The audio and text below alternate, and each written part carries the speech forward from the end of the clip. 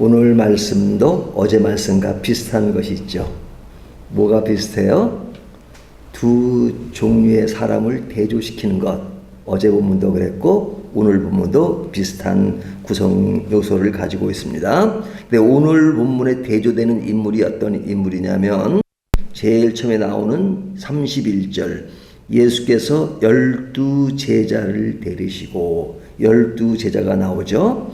자, 이 사람과 비교되는 사람이 어떤 사람이냐면 35절을 보면 여리고에 가까이 가셨을 때 한 맹인이 그러죠. 자, 여기 두 종류의 사람을 비교하는데 첫 번째 사람은 12제자고 두 번째 사람은 한 맹인입니다. 이 두 사람이 어떤 차이가 있어요? 제일 처음에 눈에 띄는 것은 12제자니까 다수죠. 다수. 예? 10명도 넘는 12명의 12제자입니다. 근데 이 맹인을 말할 때 숫자를 얘기하죠. 35절 한 맹인이 그러죠. 맹인이 몇 명이에요? 뭐 세상에 맹인은 많겠지만 여기 등장하는 인물은 한 맹인, 12제자와 한 맹인을 대조하고 있습니다. 자, 이 12제자는 예수님이 지금 예루살렘으로 가시면서 데리고 가시는 겁니다. 그래서 31절 보면 예수께서 12제자를 데리시고 그러죠. 근데 40절을 보면 어떻게 표현되어 있어요? 예수께서 머물러 서서 명하여 데려오라 하시더니 지금 여기에 한 맹인에게 있어서는 데려오라 그러는 겁니다. 그러니까 앞에는 예수님이 주도적으로 제자들을 데리고 가시는 것이라면 한 맹인은 그러니까 예수님이 데려가시는 것이 아니라 예수님과는 거리감이 있는 것이죠.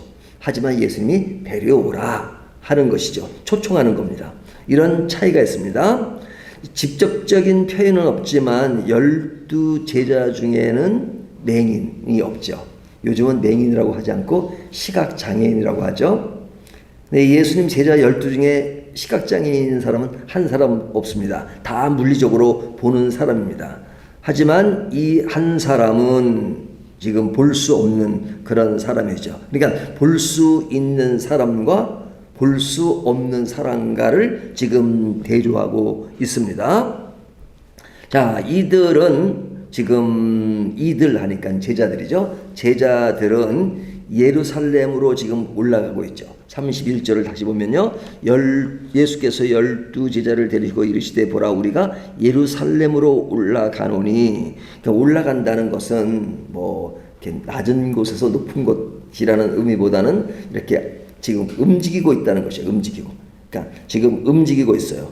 그러니까 이 제자들은 지금 움직이고 있는데 35절을 보면 여리고에 가까이 가셨을 때 한 맹인이 길가에 앉아. 그러니까 이렇게 걸어가는 그런 제자들의 모습이잖아요. 뭐 예수님이 낙타를 타고 제자들과 전도하지 않으셨잖아요. 걸어가셨어요. 하지만 맹인은 지금 앉아있는 그런 것들이 지금 비교가 되잖아요. 그러니까 오늘 본문에 이렇게 그 두 종류의 사람들을 비교하는 것을 이렇게 하나하나 뜯어보면 굉장히 재밌어요. 그러면 이 비교를 왜 했느냐? 이 비교를 통해서 두 종류의 사람 중 어떤 사람이 나은 환경을 가지고 있는 겁니까? 12제자와 한 맹인을 비교할 때 어떤 종류의 사람이 더 좋은 환경, 나은 환경을 가지고 있는 거예요? 당연히 예수님의 제자죠. 예수님의 제자죠. 제자들은 다수고 예수님과 동행하고 있고 예수님과 함께 활동하고 있고 예수님과 함께 볼 수 있고 뭐 구걸하는 맹인과는 비교가 되죠. 그런데 거기에 반해서 이 한 맹인은 제자들과 비교할 수 없을 만큼 아주 좀 그런 안 좋은 환경을 가지고 있죠. 그래서 이 안 좋은 환경을 그 자신 스스로도 알아요. 그래서 자신을 어떻게 표현하고 있어요? 38절을 보면 맹인이 외쳐 이르되 다윗의 자손 예수여 나를 불쌍히 여기소서. 자기를 불쌍히 여기달래요. 39절을 보면 앞서가는 자들이 그들을 꾸짖어 잠잠하되 그가 더욱 크게 소리질러 다윗의 자손이여 나를 불쌍히 여기소서. 자기 스스로가 지금 어떻게 평가하고 있는 거예요? 나는 불쌍한 존재다. 불쌍한 존재다. 네, 제자들은 불쌍한 존재로 생각하지 않죠. 사실은 의기양양해요. 예수님이 이렇게 딱 걸으실 때 제자들은 얼마나 좀 예수님을 모시고 이렇게 간다는 것이 뿌듯합니까? 옛날에 보면 왕이 지나가거나 높은 사람이 가면 막 앞에서 안내하는 사람이 막 뭐라고 외치잖아요. 에? 조심하라, 조심하라. 뭐 쓰는 용어가 있던데요. 그러잖아요. 그러니까 제자들도 그런 의기양양한 그런 모습을 가지고 있었을 겁니다. 하지만 이 맹인의 그런 분위기는 불쌍히 여겨서 그 불쌍히 여기는 것을 이거 시각적으로 보여주는 것이 뭐예요? 한 맹인이 길가에 앉아 구걸하다가, 그러니까 확연하게 비교가 되는 것이죠. 자, 이런 비교를 했다면 그러면 이들에게 공통점은 없느냐? 공통점이 있습니다. 어떤 공통점이 있냐면요, 34절을 보면 제자들이 이것을 하나도 깨닫지 못하였으니 그 말씀이 감추었으므로 그들이 그 이르신 바를 알지 못하였더라. 지금 예수님께서는 예루살렘에 올라가는 목적이 무엇이냐? 십자가를 질 것이다. 그리고 나는 부활할 것이다 하는 것을 이야기하셨어요. 하지만 제자들이 그 말씀을 듣고 어떻게 했다고요? 하나도 깨닫지 못하였으니 그 말씀이 감추었으므로 그들이 그 이르신 바를 알지 못하였더라. 알지 못한다는 것을 강조점을 두고 있어요.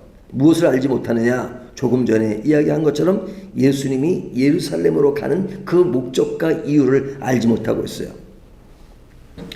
그래서 이 다른 복음서에 보면 그 제자들은 그 예루살렘에 가는 것을 어떻게 생각했느냐? 예수님의 메시아라고 생각했거든요. 그 당시에 제자들이 생각하는 메시아는 어떤 메시아예요? 정치적인 메시아죠. 정치적인 메시아. 오늘 한국 사람들은 정치를 엄청 좋아하잖아요. 정치인이 아닌 사람이 없을 정도잖아요.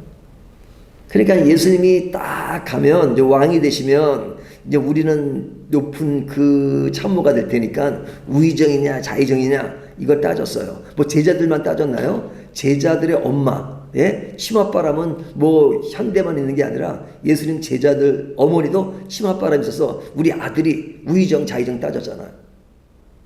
그러니까 이들이 바라는 그 예루살렘으로 가는 것은 그냥 높은 직위를 생각했어요. 그러니까 그렇게 생각하는 사람이 예수님이 십자가를 지신다 그리고 부활한다는 것은 귀에 들어오지도 않죠.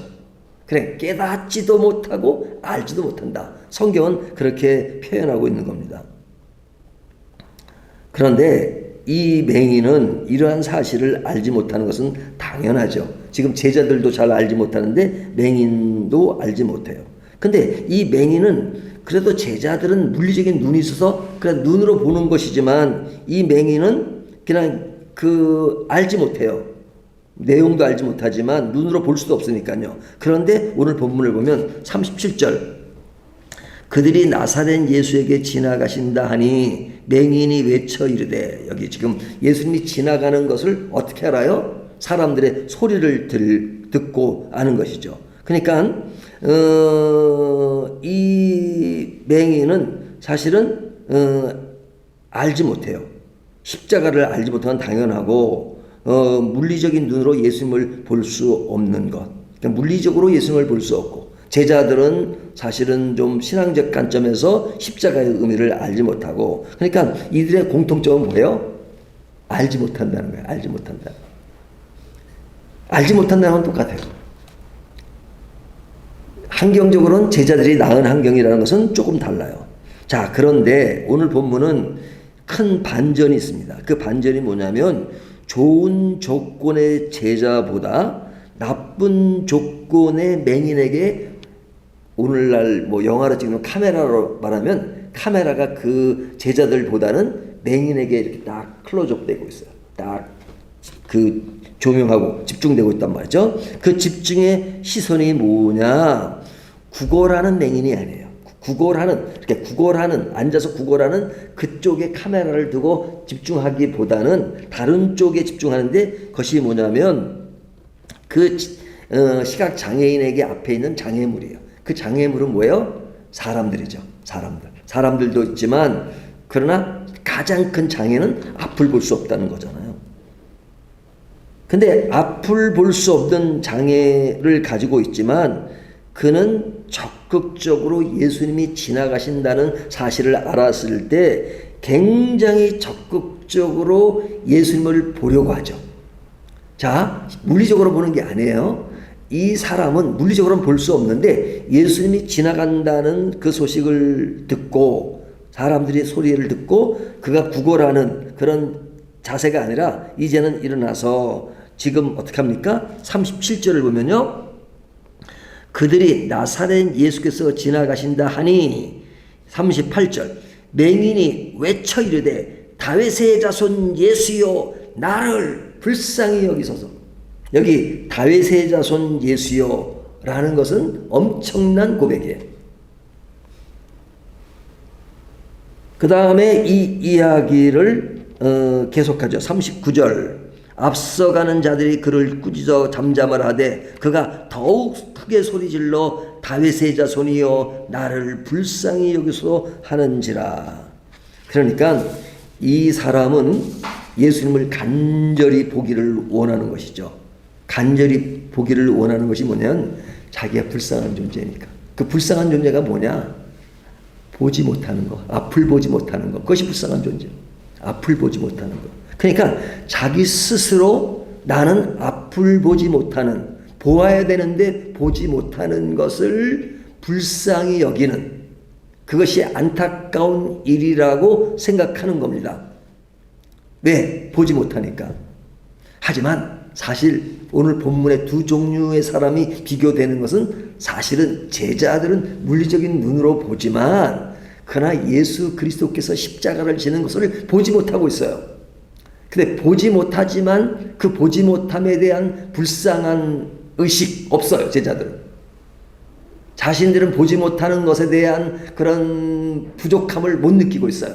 그러니까 불쌍히 여기서 그러지 않지요. 도리어 표현되지는 않지만 의기양양한 모습을 제자들은 가지고 있어요. 왜? 정치적인 메시아로 예수님을 생각하니까. 하지만 오늘 본문은 공통적으로 예수님의 제자도 보지 못하고 맹인도 보지 못한다는 똑같아요. 하지만 맹인은 자기 보지 못하는 것을 불쌍히 여기소서 하면서 그 보지 못하는 것이 얼마나 안 된 일이고 안타까운 일이고 처절한 일이고 이 문제를 해결해야 되는 일로 생각하고 있어요. 하지만 제자들은 그리스도께서 십자가를 치는 그 원대한 그 사건을 보지 못하는 것에 대한 불쌍함, 안됨, 자들의 그 나약함, 이것을 의식하지 못하고 있어요. 그러나 맹인은 그런 것을 보아야 된다는 강한 의식 때문에 사람들이 막 그를 꾸짖어요. 막 다윗의 자손 예수여 그러니까 조용하라고 그러죠. 대중들도 무리들도 사실은 이 사람이 간절히 보기를 원하는 그 마음을 알지 못해요. 왜? 그들도 사실은 보지를 못하니까. 그러면서도 그를 꾸짖어요. 자신들이 그보다 낫다고 생각하는 거죠. 하지만 이 사람은 개의치 않아요. 왜? 보아야 되니까. 보아야 되니까. 보아야지만 사니까. 보지 않으면 불쌍한 것인지를 아니까. 오늘 본문이 교훈하는 것은 사실은 가볍게 지나는 것 같지만 상당한 비교를 하고 있는 것입니다. 제자들과 무리와 이 한 맹인. 근데 이 한 맹인, 한자를 강조하는 것은 외로운 것이에요. 그렇게 보는 사람이 다수가 아니에요. 제자들은 다수지만 보지 못하고 있어요. 한 맹인은 자신이 보지 못하는 것, 그것을 보기를 간절히 열망하는 것, 그건 한 사람에 국한돼서 본문이 설명되고 있어요. 그런데 이런 상황이 벌어질 때 주님은 가시던 길을 멈추십니다. 40절 예수께서 머물러 서서 명하여 데려오라 하셨더니 그가 가까이 오매 물어 이르시되 와, what a surprise. 자, 저는 이 본문이 너무너무 멋지지 않습니까? 예수님이 가시던 길을 멈추세요. 그리고 명하여 데려오라고 하십니다.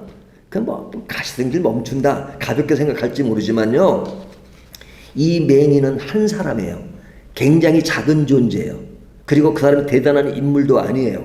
사람들에게 버림받아서 그냥 사람들이 잠잠하라 꾸짖는 그런 꾸짖음을 받는 대상이에요. 하지만 예수님이 그 초라한 존재 앞에 그 위대하신 분이 멈추십니다. 그리고 그를 바라보며 데려오라고 말씀하십니다. 예수님이 멈추는 것은 예수님 혼자 멈추시는 게 아니에요. 예수님을 따르는 많은 무리가 있어요. 제자들도 있어요. 예수님이 멈추면 제자도 멈춰야 되고 그 많은 무리가 멈춰야 돼요. 그 많은 대열의 흐름이 다 멈추는 겁니다. 누구를 위해서? 그 한 사람 초라하고 알아주지 않고 앞을 볼 수 없는 그 한 사람을 위해서 예수님은 그 위대하신 하나님이 그것을 멈추고 그 많은 일을 진행하기 위해서 움직이고 있는 제자들과 무리들을 다 멈추게 하시고 누구를 위해서? 그 한 사람을 위해서.